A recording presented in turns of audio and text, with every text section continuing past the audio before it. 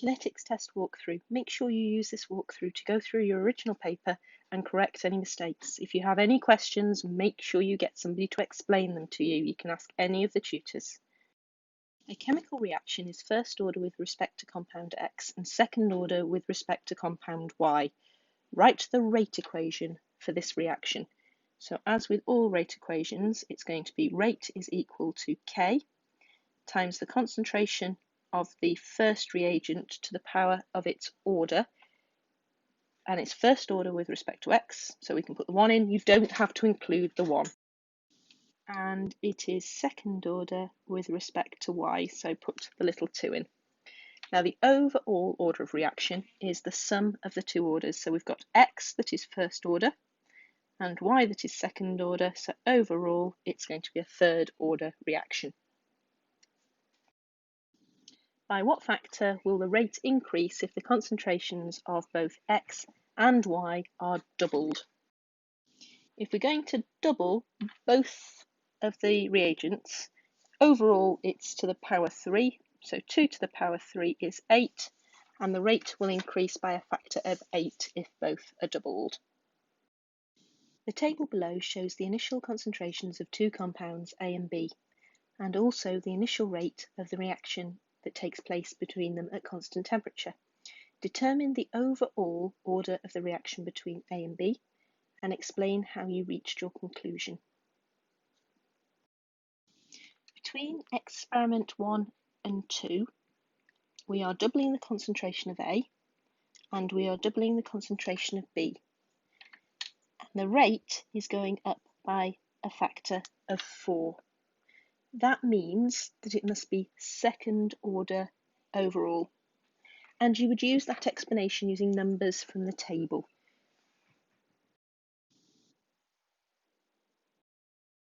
Determine the order of reaction with respect to the compound B. Explain how you reached your conclusion. So this time we're going to look at experiment 2 and experiment 3. Between experiment 2 and 3, the concentration of A doubles, the concentration of B stays the same. At the same time, the rate goes up by a factor of 4. That must mean that it's only A that's having an effect on the rate, which means B must be 0 order. So in the same way as before, you need to use the examples from the table to write your explanation. So the explanation would be using experiment 2 and 3, doubling the concentration of A causes the rate to change by a factor of 4. The concentration of B remains constant. As the overall reaction is second order and A is second order, it must mean that B is 0 order. We now need to write a rate equation for the overall reaction. Now remember, anything to the power 0 is equal to 1, so you do not include it in the rate equation. So the rate equation simply becomes rate is equal to K times the concentration of A squared. Calculate the value of the rate constant, stating its units. So you're going to use the rate equation you wrote in part 3, and you can use any line of information from the table. It doesn't matter which one, all will give you the same value for K. Don't forget to include units in your answer as well. The hydrolysis of methyl propanoate was studied in acidic conditions at 25 degrees C, and the rate equation was found to be as is shown.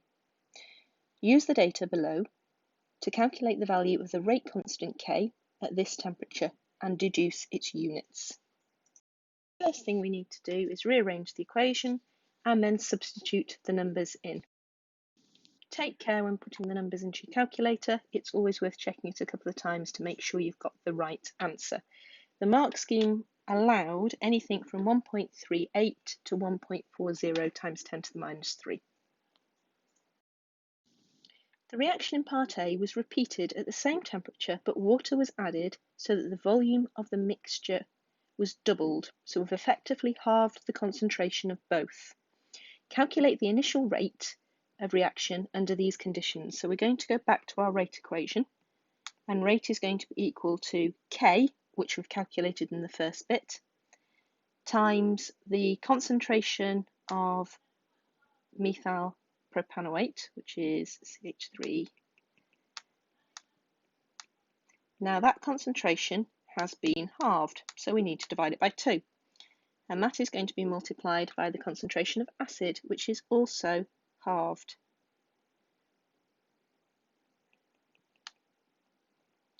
Then you need to substitute the numbers in from the question, and that will give you the new rate value. As long as you've shown clear workings out and you have correctly used your value of K from the first part, it doesn't matter whether you got the first part right or wrong, it's the method they're looking for. So remember, you've got to divide the 2 concentrations by 2 and substitute them back into the original rate equation. The following data shows the results of 3 experiments carried out at the same temperature to investigate the rate of reaction between compounds P and Q. Use the table to deduce the order with respect to P and the order with respect to Q. So if we have a look between experiments 1 and 2, the concentration of Q remains the same. So the only thing that's going to affect the rate is the concentration of P. Now if we have a look there, that is going down by a half, and the rate is going down by 4. So whatever we're doing to the concentration, the square of that is happening to the rate. So that must mean that P is second order. If we do the same for Q, between experiment 2 and experiment 3, P stays the same, so only Q will have an effect on the rate. That's going up by a factor of 2, that's going up by 2, therefore it's directly proportional, which means Q must be first order. In a reaction between R and S, the order of reaction with respect to R is 1. The order of reaction with respect to S is 2. And the rate constant at temperature T1 has a value given. Write a rate equation for the reaction. Calculate a value for the initial rate of reaction when the initial concentration of R is 0.16 moles per decimeter cubed and that of S is 0.84 moles per decimeter cubed. So our rate equation is going to be equal to rate equals K times the concentration of R, and as R is first order, we leave that as it is, and the concentration of S, and that's second order, so we can put the 2 in. We now just need to substitute the numbers in from the question to work out the initial rate. Although units aren't needed for this, it's always nice to put them in. As this is a rate, you'd expect it to have either moles per decimeter cubed seconds to the minus 1, or just seconds to the minus 1, depending on the initial units given. In a second experiment performed at a different temperature, T2, the initial rate of reaction is given. When the initial concentration of R is 0.76 and that of S is 0.98, calculate the value of the rate constant. So we need to rearrange this equation this time to give us the rate constant. And we know it's going to be the rate constant equals rate divided by the concentration of R times the concentration of S squared. Now we just need to substitute the numbers in. As temperature increases, so does the value of the rate constant. So T1 has the higher value for the rate constant, so that must be our highest temperature. The initial rate of reaction between compounds A and B was measured in a series of experiments at fixed temperature. The following equation was deduced. Complete the table of data below to show for the reaction between A and B. Okay, so we always want to use the line of information that's been given to us. And we know going between experiment 1 and 2, that has stayed the same. Going between experiment 1 and 2, that has gone down by a factor of 2. B is second order, so we'd expect that to go down by a factor of 4, which is 2.6 times 10 to the minus 3. Okay, we can use the same logic to work this one out. So we can see that one has gone up by a factor of 2. Now, if that affected the rate on its own, we'd expect the rate to go up by a factor of 4. So if we take 10.4 times 10 to the minus 3 and we multiply it by 4, we'd expect the value to be 20.8 times 10 to the minus 3. If we look at the difference between that and the actual value, it is 8 times smaller than it should have been, which means this one must have gone down by a factor of 8, which would give us 6.0 times 10 to the minus 3. Now, sometimes it's really hard, as with that example there, it was really hard to see what was going on. So there is another way you can do this. If you're given the rate equation, you can rearrange it, substitute in a line of information you've been given in the question, and you can get a value for k. In this case, k works out at 49.74. Then when you get one like this that isn't immediately easy to answer, you can rearrange your rate equation.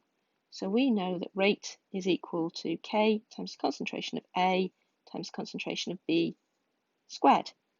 So the concentration of B, which is what we're trying to find out, will be the square root of the rate divided by k times the concentration of A. Now, if we substitute the numbers from experiment 4 into that, then we end up with an initial concentration of B of 0.114, which is the correct answer. And that's just another way of rearranging these to work it out. You can see they've almost directed you in that way because part 2 actually asks you to work out K. Careful with your units. If you're still having trouble sorting the units out, then make sure you come and ask somebody for help. State how the value of the rate constant K would change if at all. Now that's a bit of a clue there. If the concentration of A were increased in a series of experiments, the only thing that affects K is the temperature. So there would be no change, or it would remain the same. Iodine and propanone react in acidic solution according to the equation given. The rate equation for the reaction is shown below. Which species are involved in the rate determining step? Well, anything in the rate equation is going to be in the rate determining step. Now this one says species, so the correct answer is to put both of them in. If it had said reagents, then you would have only put propanone in. Deduce the order of reaction with respect to iodine and the overall order of reaction. Well, iodine does not appear in the rate equation, so it must be 0 order with respect to iodine.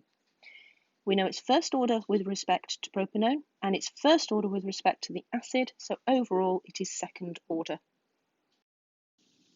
At the start of the experiment, the rate of reaction was found to be 2.0 times 10 to the minus 5. When the concentration of the reactants were as shown below. Use these data to calculate a value for the rate constant and deduce its units. So it's another rearrangement of the rate equation that you've written on the previous page.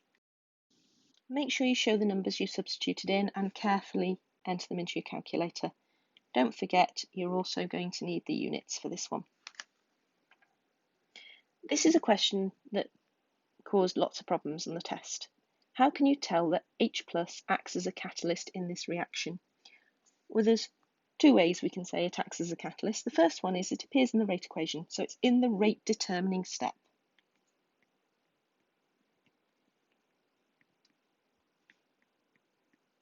But it's not in the overall equation. That means it must cancel out, so it's involved in an intermediate step. So we can say it does not appear in the overall equation.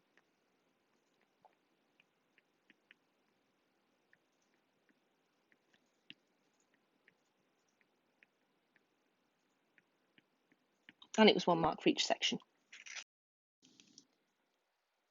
Iodine ions react with peroxodisulfate ions in a clock reaction.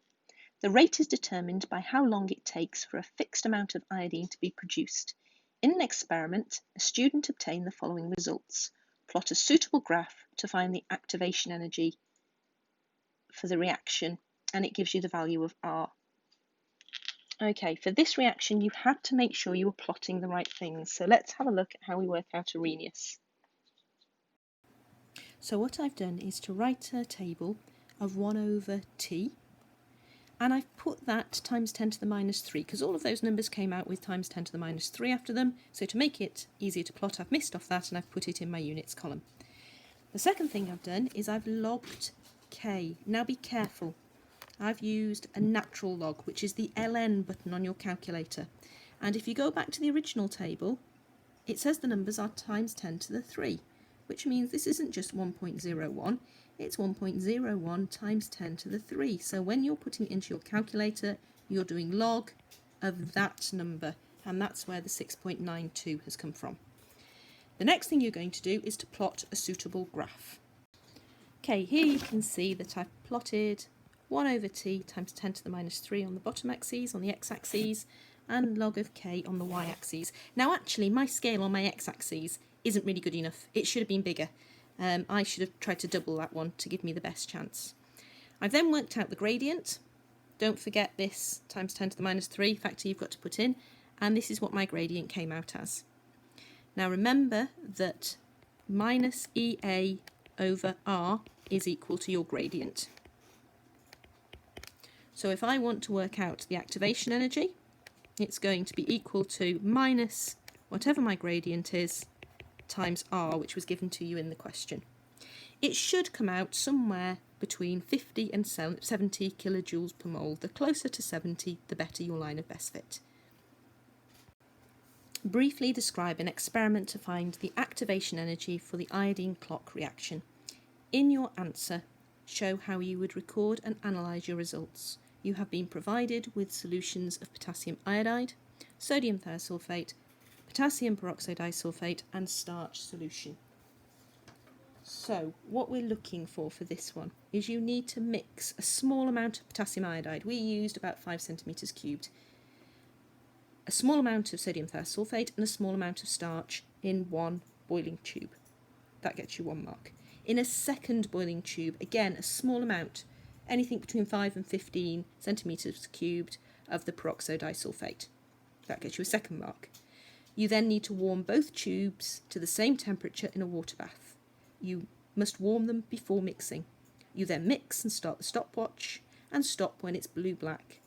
The last part is it's really important that you repeat it for at least 4 different temperatures in a range of 30 to 60 degrees. Any higher than that and it's going to start getting a little dangerous.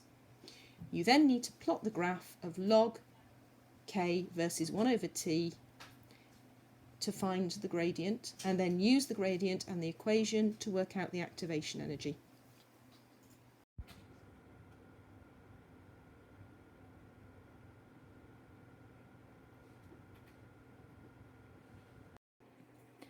The mechanism for the reaction between sodium hydroxide and 1-bromopropane is different to that between 2-bromo-2-methylpropane in that it is first order with respect to both reactants for the primary halogenoalkane, but 0 order with respect to the hydroxide ions with the tertiary halogenoalkane.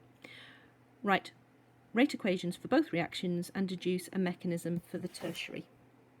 Okay, for the one that is first order with respect to both reagents, we need to put both reagents in the rate equation. So this is our primary halogenoalkane, and it's first order with respect to both. Now remember, it's only the hydroxide ion you're putting in the rate equation. The tertiary one only depends on the halogenoalkane, so that's all that needs to go in the rate equation.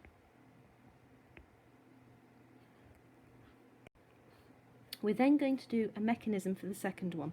Now we know that the rate determining step, the slow step, is only going to depend on the halogenoalkane.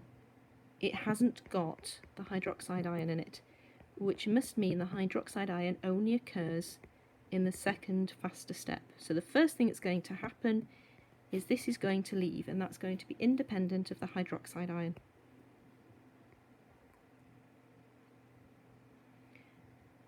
In a second step, which will not be our rate determining step, we've got the hydroxide ion being added.